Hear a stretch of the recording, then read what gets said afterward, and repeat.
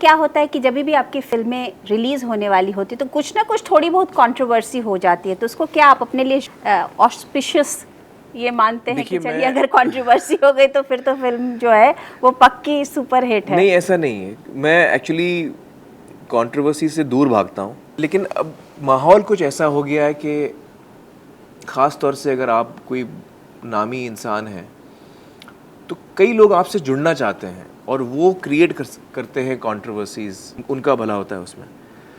और फिर आप जितनी भी कोशिश कर रहे हैं इससे दूर हटने की, वो कामयाब नहीं होती। तो ये बड़ा मुश्किल है, क्या किया जाए।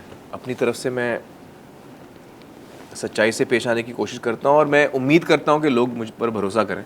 बट ये एक्चुअली आपके काम को भी बॉदर करता है कहीं पे, मतलब it does it affect you in totality, does it affect कहीं यू? पे डिस्टर्ब होता है जब कुछ चीज़ें ऐसी आती हैं जो बहुत डिस्टर्बिंग हो, तो फिर मैं सोचता हूँ कि यार मैं इन चीज़ों से दूर ही रहूँ। कुछ दिन टीवी देखना बंद कर दो, अखबार पढ़ना बंद कर दो, न्यूज़ चैनल्स देखना बंद तो कर दो। फिर आदमी जब इसको नज़र नहीं आता वो आप फिर अपने काम में खो जाता हूँ। आपको मीडिया की ऐसी कौन सी बात पसंद नहीं आती है आमिर? कुछ चीज़ें हैं जो मीडिया सुधार सकती है। एक तो मुझे लगता है कि जो हम हर चीज़ को सेंसेशनलाइज करते हैं, जो एक प्राइमरी जिम्मेदारी होती है किसी भी प्रोफेशन की, वो प्राइमरी रिस्पॉन्सिबिलिटी कम से कम वो निभानी चाहिए। रिपोर्टिंग आप सही करें, ये कहिए कि भैया 10 लोग प्रोटेस्ट कर रहे हैं शहर में, बाकी लोग अपना अपना काम कर रहे हैं, लेकिन ये 10 लोग प्रोटेस्ट कर रहे हैं इस मुद्दे को लेकर। तो आपकी तो तमाम जो नज़रिया है वो एक्यूरेट हो, ये एक मेरी थॉट है, एक्यूरेट रिपोर्टिंग हो। आपने कभी सोचा नहीं कि आपकी कोई फिल्म होनी चाहिए जो मीडिया के ऊपर ही होनी चाहिए? नहीं, अभी तक तो मैंने ऐसा नहीं सोचा है। पिछले दिनों जब से आप प्रोड्यूसर डायरेक्टर या आमिर खान प्रोडक्शन शुरू हुआ है, तो जिसे कह सकते हैं आप 100% सक्सेस, क्योंकि आपकी जितनी भी फिल्में रही हैं वो सब अच्छी खासी सक्सेसफुल रही हैं, तो क्या आपने आपको अब सक्सेसफुल बिजनेसमैन मान लिया है? देखिए, लगान, तारे ज़मीं पर और जाने तो, ये तीनों फिल्में जो हमने प्रोड्यूस की हैं वो कामयाब हुई हैं और उम्मीद है पीपली भी कामयाब होगी। लेकिन मैं अपने आप को कभी बिजनेसमैन मानता ही नहीं हूँ, क्योंकि मैं फिल्में इस नज़रिए से बनाता ही नहीं हूँ कि मैं बिज़नेस कर रहा हूँ।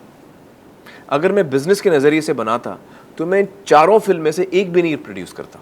मुझे लगता है कि एज क्रिएटिव पीपल हमें प्रोजेक्ट्स पे ध्यान नहीं देना चाहिए, हमें फिल्मों पे ध्यान देना चाहिए। प्रोजेक्ट और फिल्म, प्रोजेक्ट वो होता है जो हमको नज़र आता है कि यार इसमें ये स्टार्स हैं, इसमें ये है, ऐसे, वो एक प्रोजेक्ट हो गया। लेकिन जब आपके पास कहानी ही नहीं है या आपको उस कहानी में इतनी दिलचस्पी ही नहीं है, तो फिर आपका मन उसमें कितना होगा। तो आई थिंक कि हमें कहानियाँ बोलनी चाहिए। ये एक ऐसी लाइन है जिसमें आप जब लक्ष्मी की पूजा करेंगे तो आपको लक्ष्मी नहीं मिलेगी, आपको सरस्वती की पूजा करनी चाहिए। फिर अगर आपने सही किया तो फिर लक्ष्मी भी साथ में आएंगी।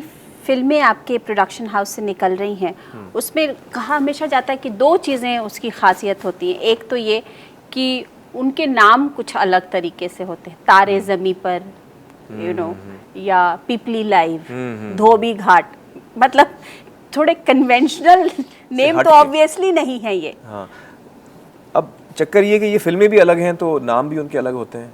हालांकि टाइटल बहुत अहम होता है मेरी समझ से। सबसे बड़ा मार्केटिंग टूल एक्चुअली आपका टाइटल होता है, क्योंकि उसके बेसिस पर आदमी भी सोचता है कि यार ये फिल्म मुझे देखनी है, नहीं देखनी है। तो उसमें फिर ये इम्पोर्टेंट हो जाता है कि टाइटल जो है फिल्म का वो भी रिफ्लेक्ट करे फिल्म को, और ऐसा हो जो आपको सुन के या पढ़ के लगे कि हाँ ये फिल्म देखनी है मुझे।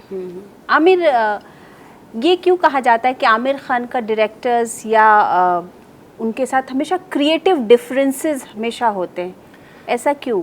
Is it because two creative minds are working on the same project, और आप अपनी ही छाप छोड़ना चाहते हैं? नहीं, ऐसा नहीं। जब भी मैं कोई फिल्म करता हूँ तो डायरेक्टर बहुत अहम होता है मेरे लिए, और जब तक मुझे डायरेक्टर पे पूरा भरोसा नहीं है मैं फिल्म नहीं करता।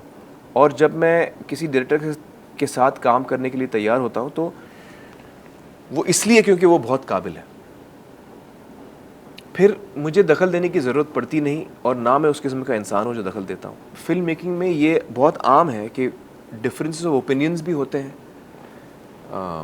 But director is the boss and we all follow the director finally. आप अपने थॉट्स रखें सामने, उसको पसंद आएगा तो वो उसको इस्तेमाल लेकिन करेगा, इस तरीके का जब होता है टसल, तो फिर जीत किसकी होती है? डायरेक्टर की हमेशा जीत होती है। डायरेक्टर की। मेरे लिए हमेशा ऐसा होता है, मैं मानता हूँ कि डायरेक्टर सही होता है हमेशा।